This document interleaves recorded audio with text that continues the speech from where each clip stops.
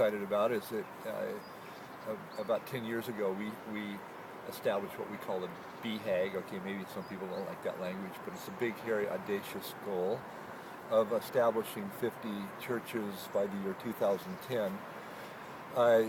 We have hit that 50 mark. Not exactly like we set out, but our BHAG was always, well, we're just going to reach for something big, and we'll praise God for whatever He gives us. God who gives the growth. So we hit the 50 mark, and if they're not just in Europe, about 37 of them are in Europe, and the others are beginning to form in North America and in Latin America.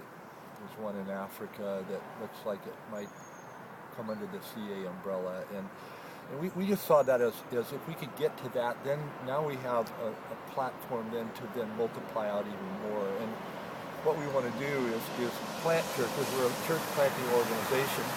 There's a train going by there. But here in France, we're in the Macon region of France having this conversation.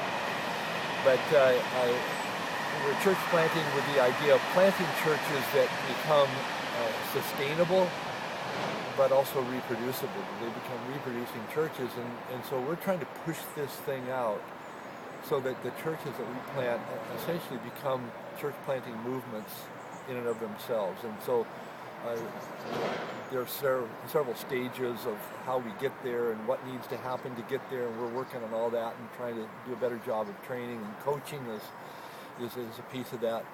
But excuse me, with the idea of establishing hub churches that start multiplying out and becoming those church planting movements themselves. So that's what we're on about. My hope is that those 50 churches could become 500.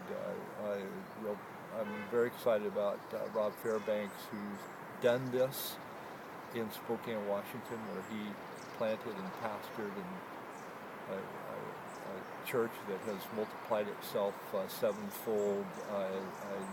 Rob really, I think, has experienced this multiplication factor that now we're trying to weave into the various places where we're engaged. So that's it.